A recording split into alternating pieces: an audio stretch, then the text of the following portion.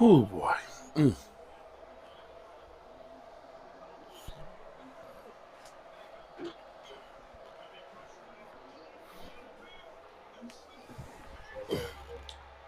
It's over now.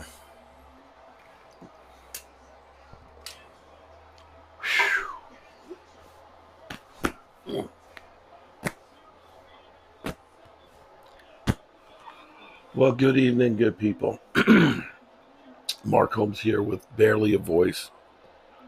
And as always, I want to say thank you all for watching, commenting, subscribing, and being part of the Jobu Sports Report. Without you guys, as well as you ladies, you know that this literally does not work. Hope you all are having a great day. Um, it's going to be a rough off season because either the Commanders or the Eagles will make the Super Bowl. That is a fact. And it's funny because I have a lot of Commander fans that are actually coming in and being nice to me, which I don't understand. They are really being nice and they're saying, "We understand your pain. We've been going through this for 35 years."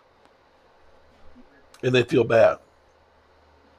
Eagle fans, on the other hand, some of them are just being here merciless. Um, I had some that were, they take offense if you try and give them a dose of reality.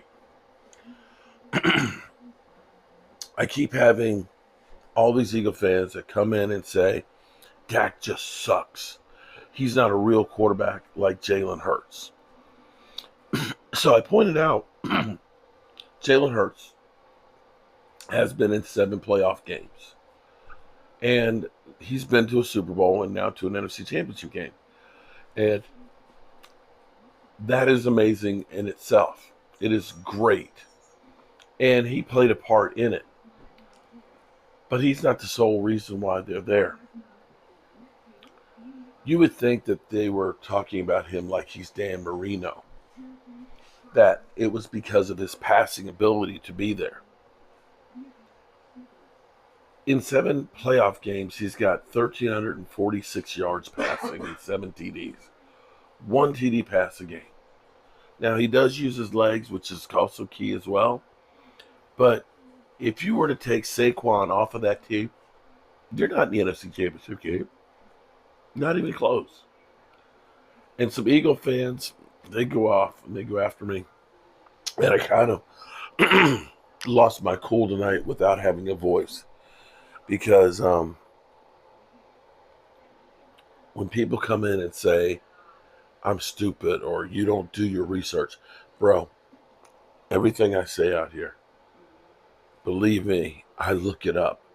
I bring you numbers. I bring you facts. And a man that's not doesn't have his word or integrity has got nothing. I don't have a lot in this world, but I have my integrity.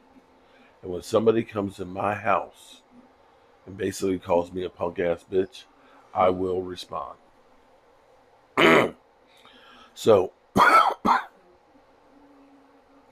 as we go through the litany of coaching candidates, I honestly feel like sometimes the Dallas Cowboys, they just don't do their homework. That they want the easy way out. Instead of finding someone new, they always go for something familiar. Have you noticed that? Whenever they usually hire somebody, it's somebody that's from within or somebody they're familiar with. Have you noticed that?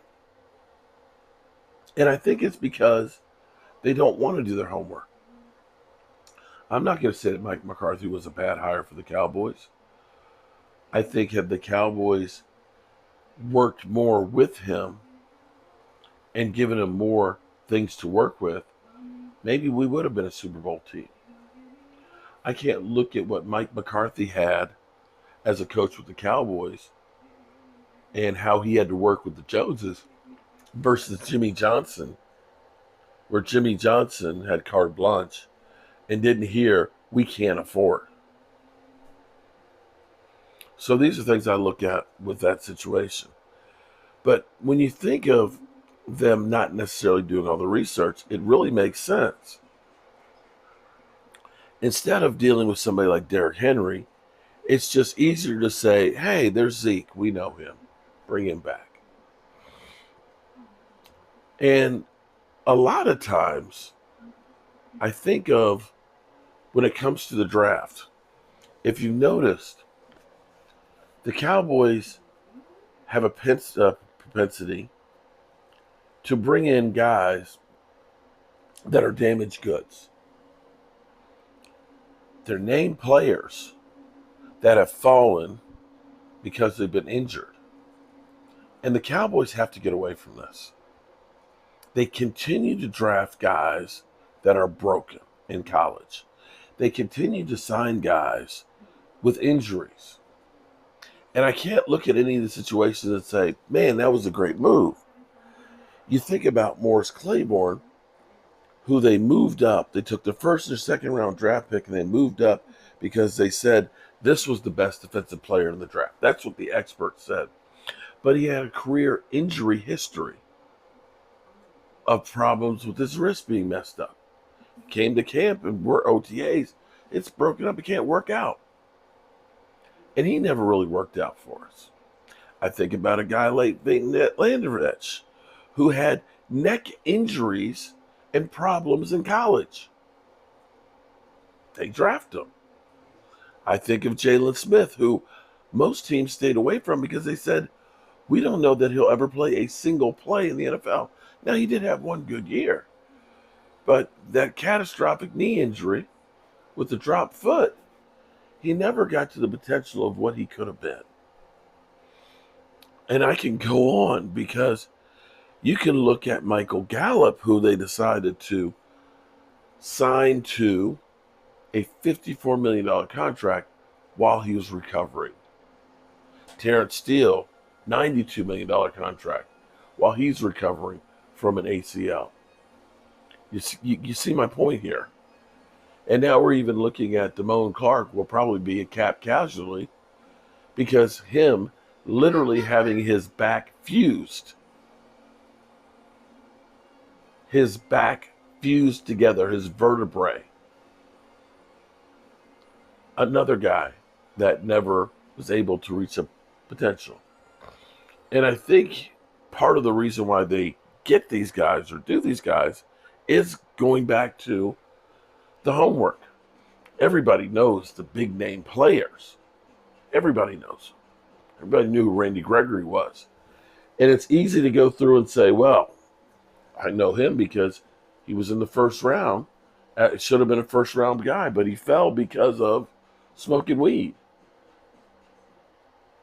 And every single time, that's been a failure. And see, the problem is when you look at Buffalo right now, when you look at Kansas City, when you look at the Eagles, and I dare say even Washington, these are all teams that have right now, well, maybe not so much Washington, but right now are stacked teams that they have players upon players, a wealth of talent to draw from. And see, you can't waste draft picks. For us, second round picks are our bugaboos. We can go through and talk about Sam Williams or Bossman Fat or our tight end Schoonmaker, where that second round pick should be almost an impact player for you. And we've been missing on them since Diggs. So as we go through and understand, we have about a week and a half before the Senior Bowl and an opportunity to look at these guys. We got about a month before the Combine. We've got less than 2 months before free agency. There's a lot of decisions that have to be made about our own free agents, whether or not we're going to go out and try and get any free agents, about the type of players that we're going to be looking to bring in, work out, and draft. There's so much work to do that I hope that the Cowboys don't waste a lot of time on figuring out who the coach is going to be. It's all over the place. Tomorrow will be a new candidate that'll head the list. So I'm not even going to go over them again tonight because my voice hurts that much.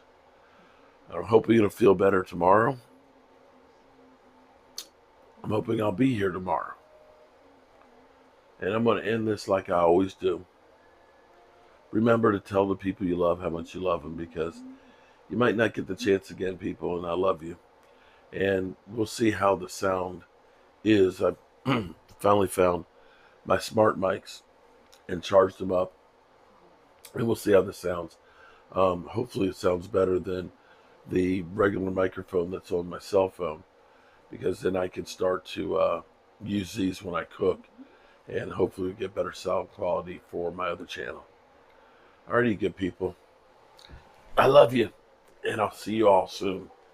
Peace.